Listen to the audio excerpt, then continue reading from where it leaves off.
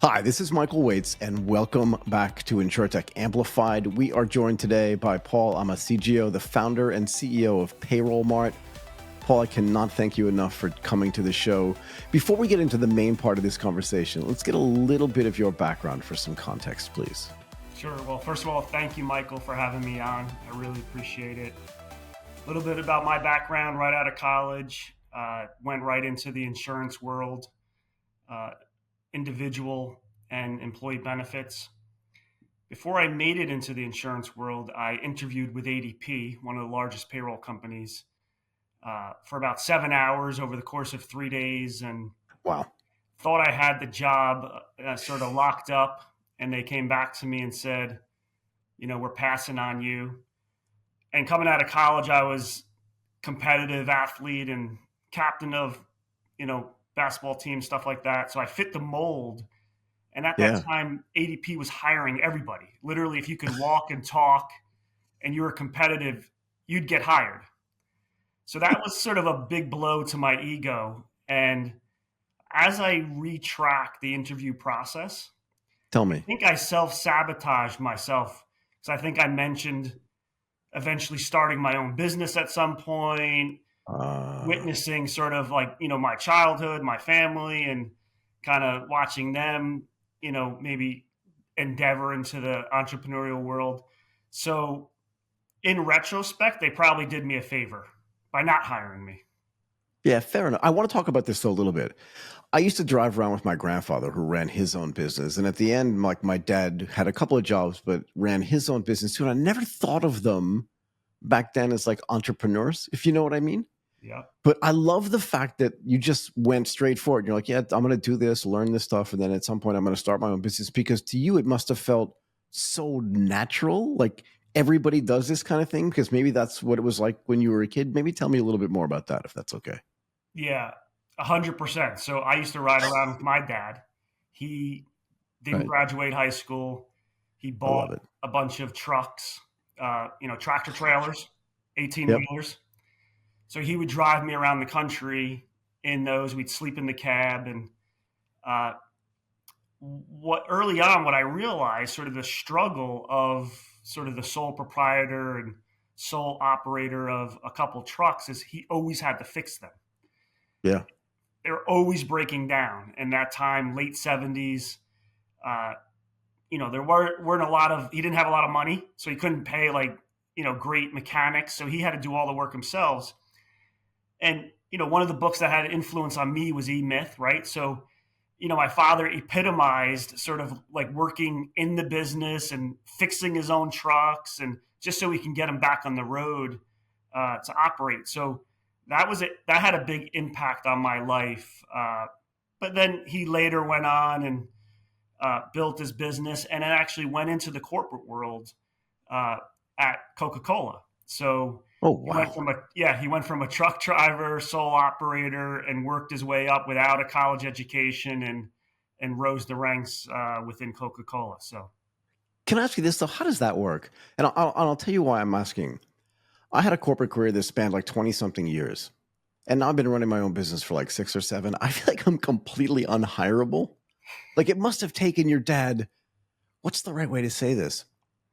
Because he'd been running his own business for so long, he answered to himself, right? And he answered obviously to the family and stuff like that. But like, it's so hard for me now to go into a corporate environment and have to think like, I got to report to that guy kind of thing. Do you know what I mean? Michael, you continue to hit it on the head.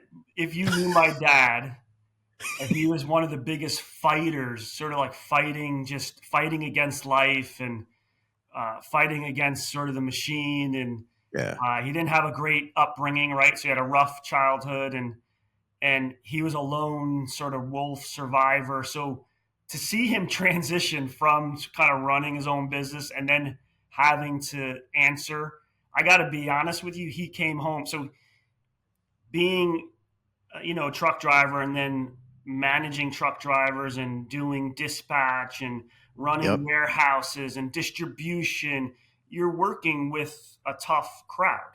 Yeah. And and you're in New York City and the South Bronx and Spanish Harlem area, right? Like these I got areas it. where he's operating in. Yet I was not cut out for that.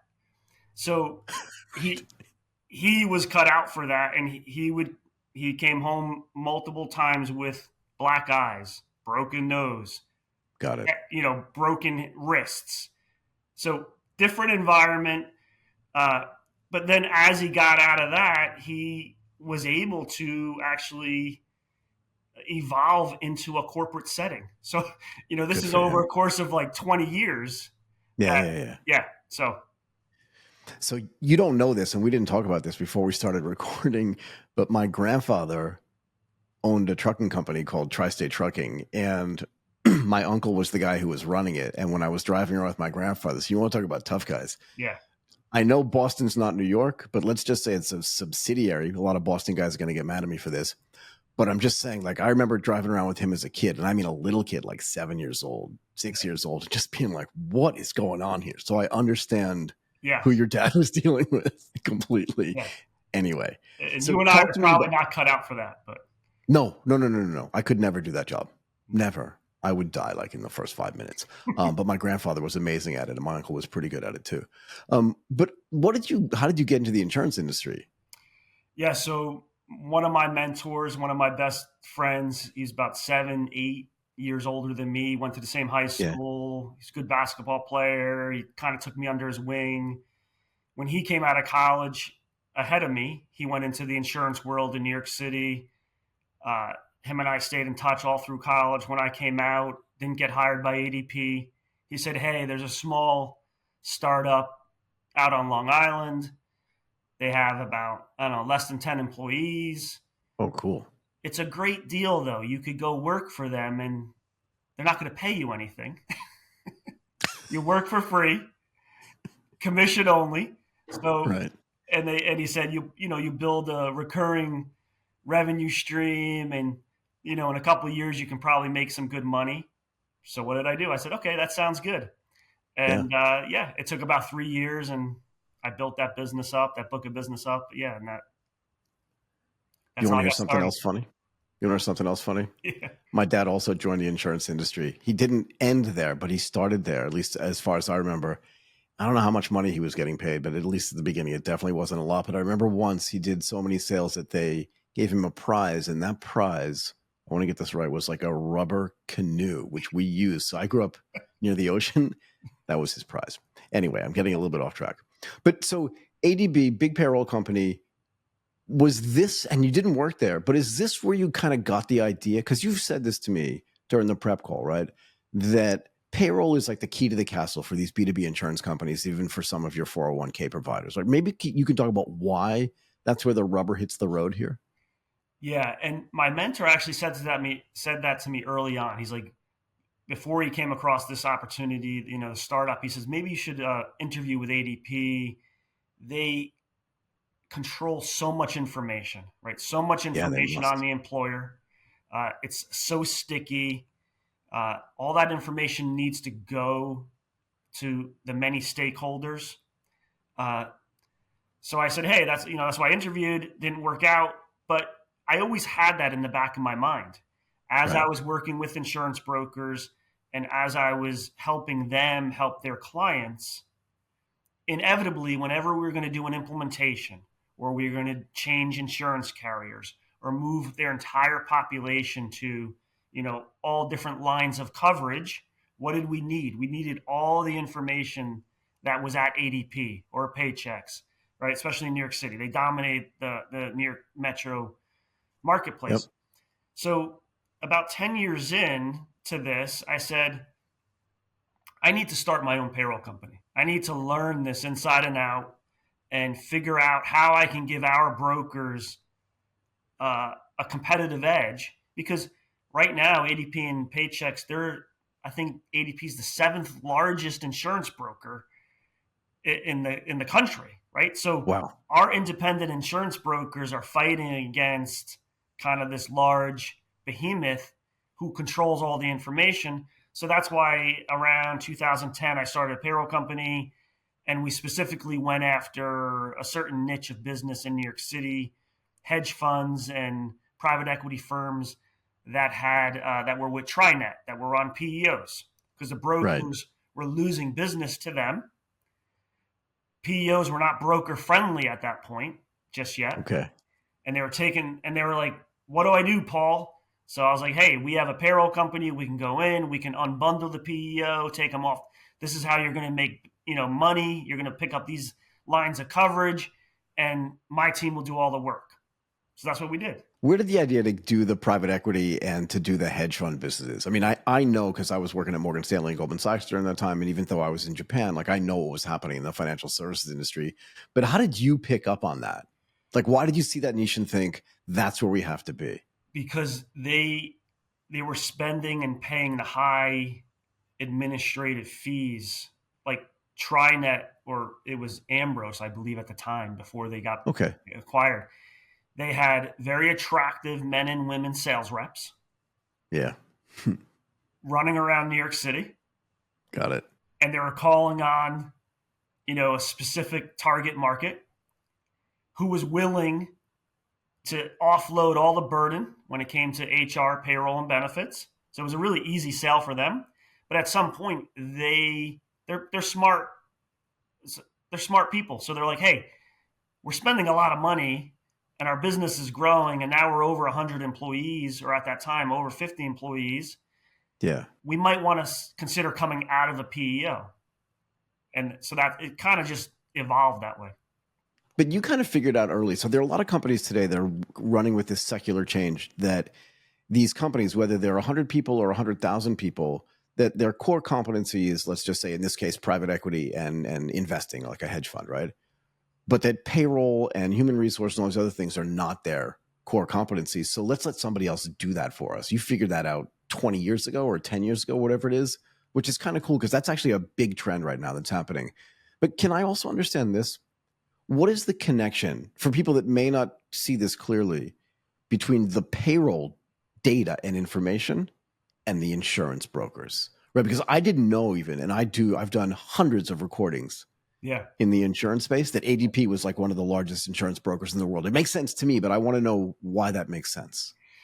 Yeah. So many reasons why it makes sense. But first and foremost is insurance carriers have eligibility. They have participation requirements, right? Yep. So to avoid adverse selection from an underwriting perspective, the insurance carrier wants 65, 75, 85% of all employees, right? Full-time employees who are eligible for benefits. What typically happens? The key executives, well, back in the day, the key executives or the managers, or there would be carve outs and class outs, and you're only writing a small portion of the entire workforce. Right.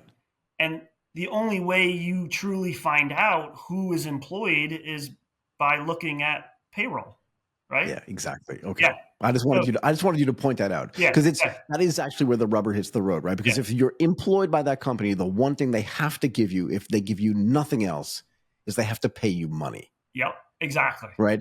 And this was the thing that you figured out. You're like, ADP, they have all this. Oh, that's why. Yeah. And I'll tell you, that's why it's so sticky too. Sorry, go ahead. Yeah. So the second reason is pretty much every state is mandated workers' compensation, right? So if you get, I didn't know that. Okay. If employees get hurt on the job, they're, due a benefit, right? Yep. How is that benefit paid and the premium collected? It's directly tied to payroll. It's directly tied to total wages, right, for a said period of time. And then there's an audit.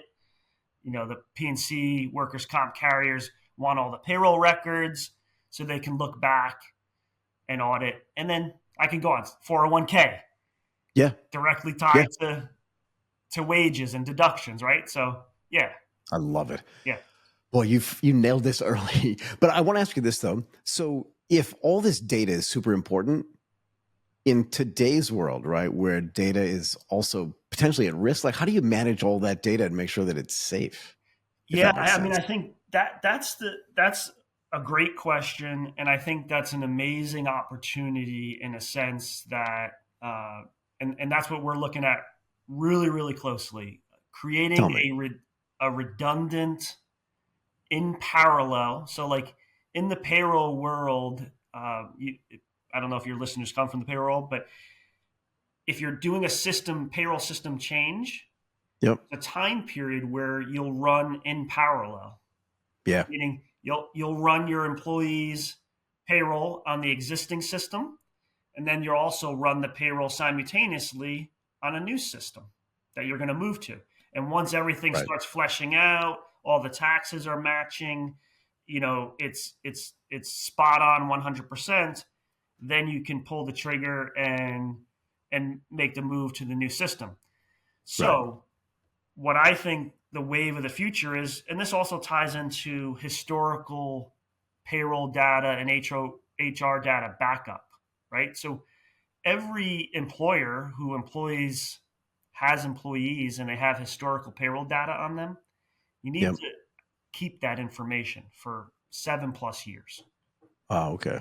right? For regulatory reasons. Yeah, Yeah. IRS, DOL, Department of Labor, unemployment, FMLA, right? Like there's all type overtime, right? So there's all type of situations that can arise, even from the simple fact that like a former employee may need their W-2, right, Yeah. to do Yeah. their tax filing.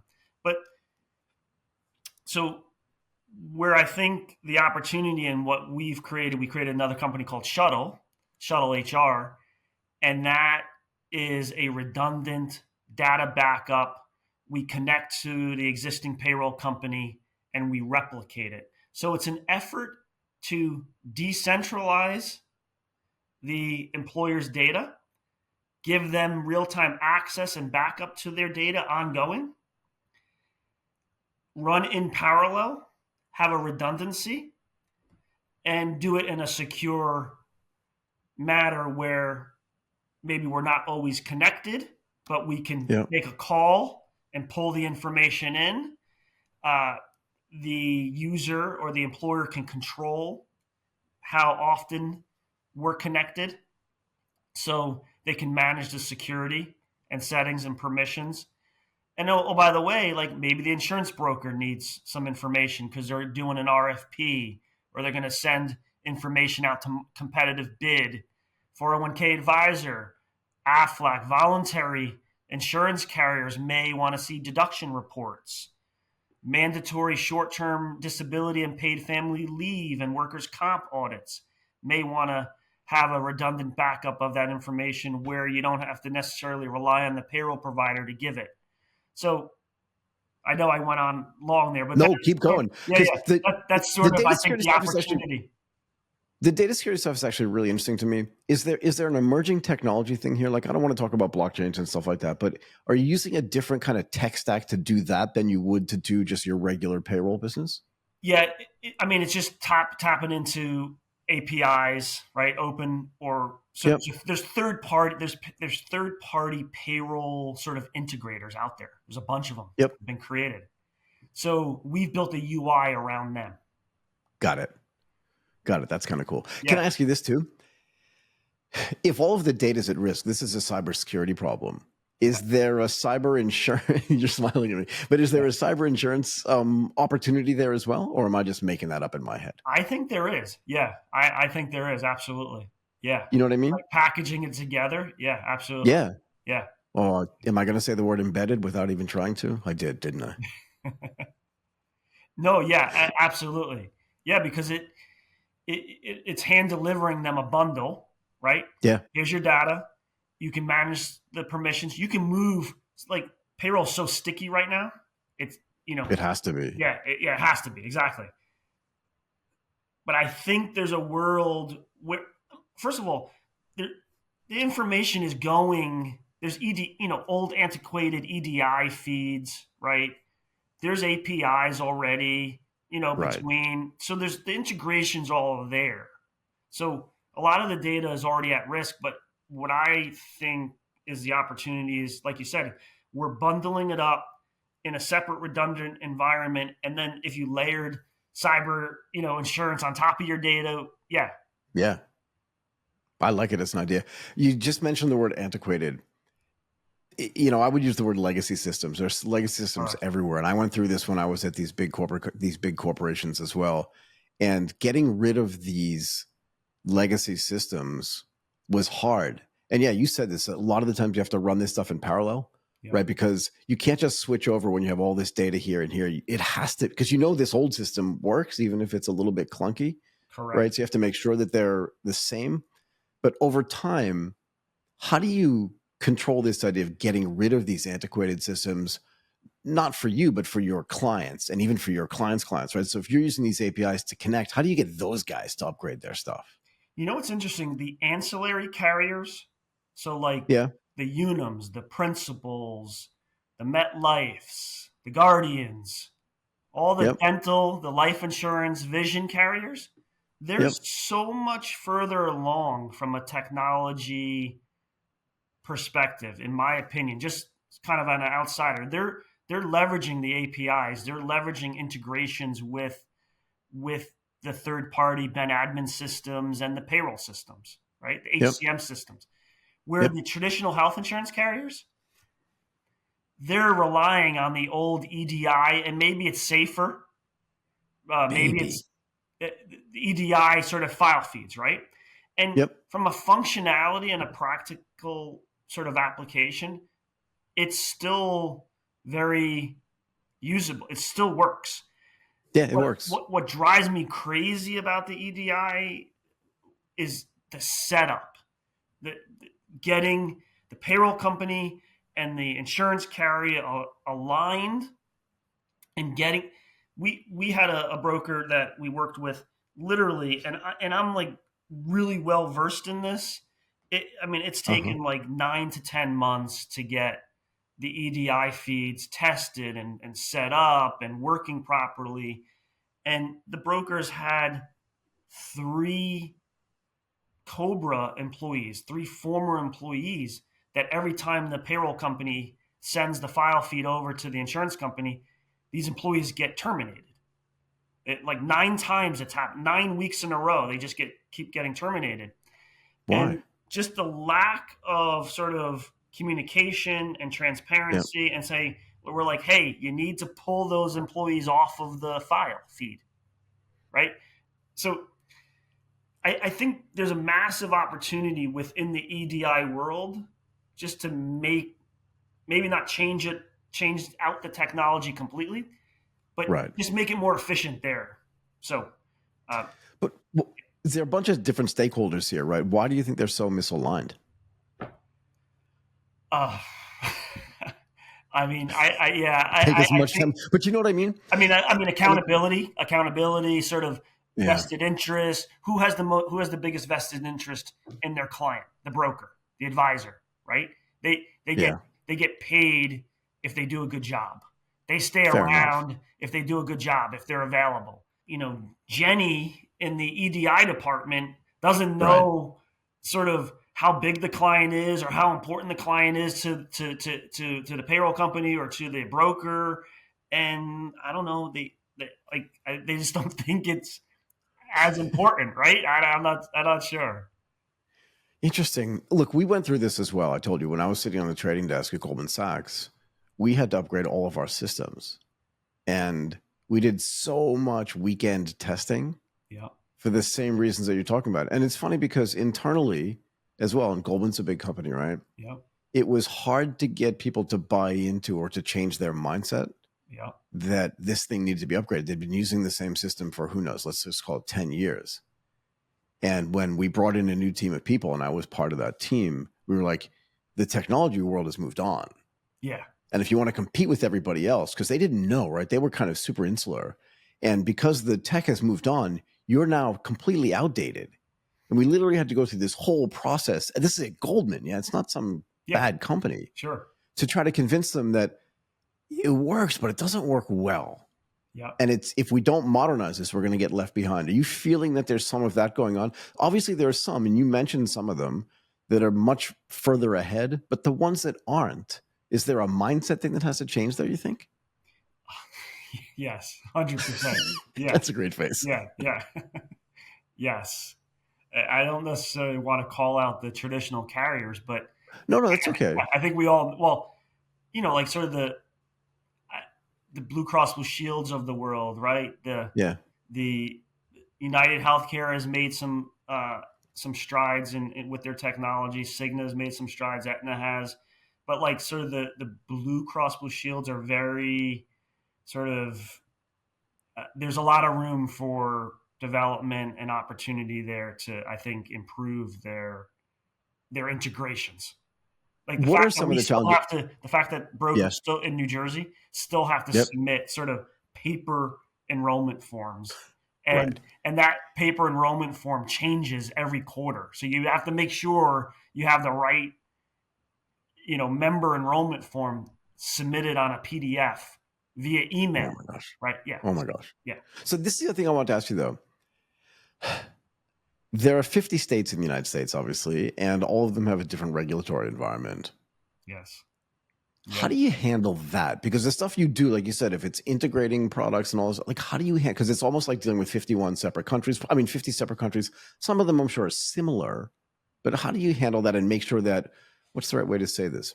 That the service level that everybody gets in every state is uniform is probably a bad word, but at least it's at the highest level it possibly can be, since they're all so different. Yeah. I think this is one of the biggest challenges for small to mid-size employers, especially after COVID. Mm, We literally see this every day. Uh, Service related issues coming in for us to come in to clean everything up. And yeah. what it means is over the last 5, 6, 7 years, obviously all employees are being hired across the country, right? Employers have Yep. employees in pretty much every different state out there. And what they're not aware of, or maybe they're relying on their payroll vendor to take care of it for them, is they have to register their state unemployment tax ID, and they have to register their state withholding if it's a state that has withholding tax, right? Right. And Yeah. then, oh, by the way, if it's Ohio or Pennsylvania, there's local taxes. So Right. I'll tell you a story. There's a company in New York City that grew really, really fast. They're up to 500 employees now, but they were a startup. They took on a lot of funding, investment. They just grew like wildfire. And they have employees, like you said, in every state, basically. Yeah. They started with a PEO, a professional employer organization, who, Yep. in essence, is going to handle all of this for them, right? Yeah. All the regulatory, all the compliance, all the state setup, tax ID setup. But there's certain states that are self-reporting states, meaning that the employer, even though they're on a PEO, still has to set up their own federal state tax ID, unemployment number, Okay. right? So the PEO will report the unemployment numbers on their behalf on their own state tax ID number, right? Yeah. Go ahead. That's a massive sort of like gap there in terms of understanding, like the employer or who the HR person or the in-house payroll person, exactly who's doing what, when they have to do it. Was the number filed? Is the PEO filing on their own state tax ID number or the client state tax ID number? So I'll pause, but No, it sounds like you would know. It sounds like you would know the answer to this question. When the regulations change in any particular state, how do you get notified? there's third party uh, companies out there that support the payroll industry. Right. Uh, so all the poster compliance, labor Yep. laws, state laws, you have to be hooked in with them. That's pretty much what powers ADP, Paychecks, some of these larger. There's a third party behind the scenes that Hmm. is organizing all that for, and they'll update the employers, hopefully, but that doesn't mean that the employer knows how to execute and or carry out The what changes, right? changes have been done, right? Yeah, so paid family Yeah. leave is a perfect example. Yeah, because that's different in every state. But how about the insurance regulations as well? Same thing. Not really. No, there isn't really a Okay. third party. No, that's a good point, especially from So state to so state. Yeah, exactly. So here's my idea for you. Since it sounds like you like to start and build companies, here's my idea. If you have a business, right? You talked about Shuttle HR, right? Yeah. that does all this consolidation stuff. Why not do regulatories? Why not do so like regulatoryinsurance.com, where you connect to all the 50 state regulators. Every time they have an update, they feed it to you first. You create an API system so that now you are the source of all regulations for everybody in the insurance industry. You can do the same thing for the 401k providers. They're already dealing with you on the payroll front. Yeah. And now it's just another gigantic business you can offer them, because now they never have to worry about the regs, and you are the source of all information. Yeah. I've been talking about this for years and no one's done this yet. I think like the National Association, what is it? It used to be NAHU, and they rebranded. It's the National Association of Health Insurance Underwriters, Brokers. Mm-hmm. I think they try to do that compliance regulatory side, but I would agree with you. I'm not sure that it really that really gets conveyed to employers and or to like the whole entire insurance broker. I don't think anybody's built that platform. I want someone to do it because I want to get them on the show and I want to talk about it because I think it's a massive opportunity. Yeah. The regs, particularly in a country like the United States where every state is different. Yeah. Also from a rating perspective, how the insurance carriers are rating, right? So yep. New York State is a community rated. Yeah. Yeah, I'd love to have that as well. Can you build that for me, please? Just get back to me. It's just another idea. So after I get off the call, my head's going to be spinning. Yeah, spinning with things. Yeah. Where do you live? Where are you based? I'm 75 miles west of New York City. Okay, in New Jersey. Right. 50 miles north of Philadelphia. Got it. So right in the Pennsylvania, New Jersey border. Yeah. When the call's over, we can I'll guess exactly where you live. Yeah. Since I lived in Philadelphia and I lived in South Orange, New Jersey, I'm sure I can triangulate exactly where you live. So is there anything else you want to tell me before I let you go? This has been really interesting and really fun. What else do you want to tell me? And how can people get in touch with you? Yeah, so LinkedIn is best. Look me up on LinkedIn. I'm active on LinkedIn. You can send me a message. I'll get back to you, or email me, paul@payrollmart.com. The message that I would like to get across is, scaling, growing business, lean on your advisors, lean on your brokers. And if they're not doing a good job, like if they don't have a full sort of capability of talking to you about payroll and HR and human capital management and system change and when you should consider a PEO versus, coming out of a PEO, like have those conversations and or find an advisor that can have those conversations with you and do it early on as you scale. Like if you're at 10 employees and then you're going to 20 employees, you may want to be on a PEO. But when you get up to 50 or you get up to 100, you may want to think about coming out. And also, I would say don't be scared of changing your payroll provider. Go through the process, make sure you're prepared and organized, and you take inventory and you're decluttering, just like you're moving from a house. Yeah. Take that same approach. Throw stuff away. Throw stuff away. Throw stuff away. You can say it, but throw stuff away. Yeah. Look at your because the biggest reasons why employers and payroll companies fail they fail each other during an implementation is typically on the user side, like typically on the employer side, because they're not 100% organized or prepared, and they get on the first kickoff call with the implementation person who's not the salesperson. The salesperson's gone. Yeah. So the implementation person is like, okay, hey, here's 70 hours of training that you got to do on our system, and I need this laundry list of information that you got to give me, and we'll talk next week. So be prepared, organize, declutter, get ready for the move. I love it. That's a great message. Paul Aemisegeo, the founder and CEO of PayrollMart. I hope you enjoyed this as much as I do. That was awesome. Yeah, I loved it. Thanks, Michael.